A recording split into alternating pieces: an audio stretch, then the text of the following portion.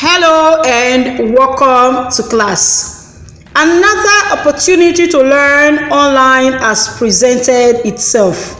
In this lesson, I will be teaching you the poetic devices and thematic analysis of the poem, The Song of the Women of My Land by Omar Farouk Sise. The first thing to note about the poem is that it is an elegy. An elegy is a poem of serious reflection, typically a lament for the dead. The poem reflects about women who were able to persevere in the face of oppression, women who are no more, women who were victimized, women who once tilled the land in dignity, despite the suffering and pain they had to endure. Another thing to note about the poem is that it is a free verse poem. A free verse poem does not follow a specified rhyme scheme or pattern. I hope you still recall what rhyme scheme is all about.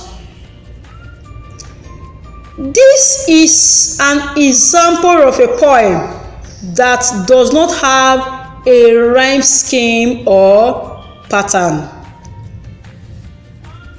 The poem has a lot of run-on lines. Run-on line is also called enjambment. Take note of the pronunciation. The B is silent.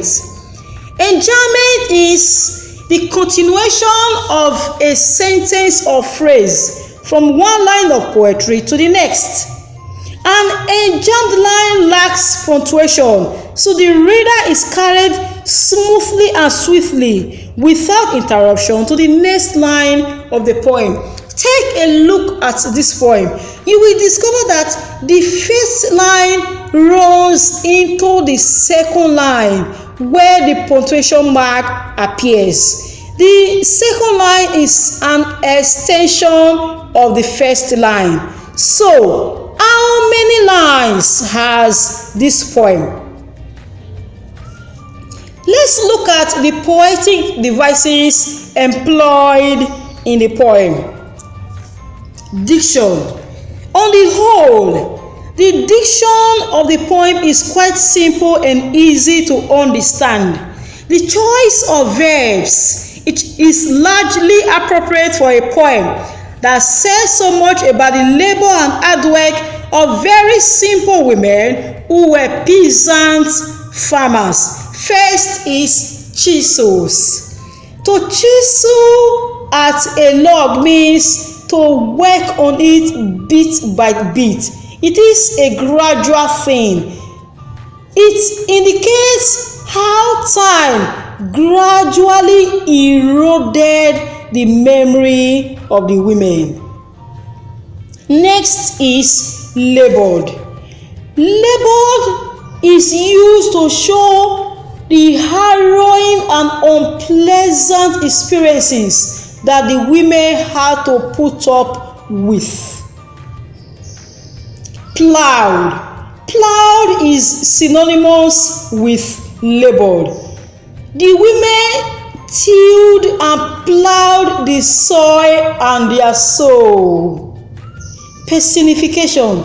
It means to give human attributes or qualities to inanimate objects. What do you think is being personified in this line?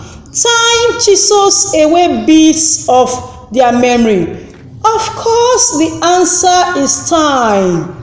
Time is being made to do what a human being can do. To chisel is an action word. It indicates how with the passage of time, gradually, the memory of the women was faded into oblivion. More examples of personification. Can you identify the things or the items that are being personified in these expressions. Simile, like a sculptor chipping away at bits of wood. Remember the definition of simile? To sculpture like. When you compare two different things with the use of like or as, that's simile. More examples of simile. Like their souls looking for lyrics. Stripped of lyrics like a scorned ghost. Alliteration is a figure of sound. It means the repetition of the same consonant sound at the beginning of closely related words.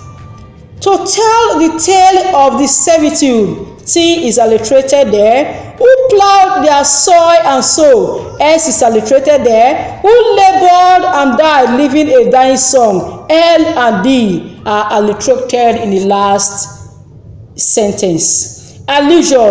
Allusion means an indirect reference to a person or a thing or an event.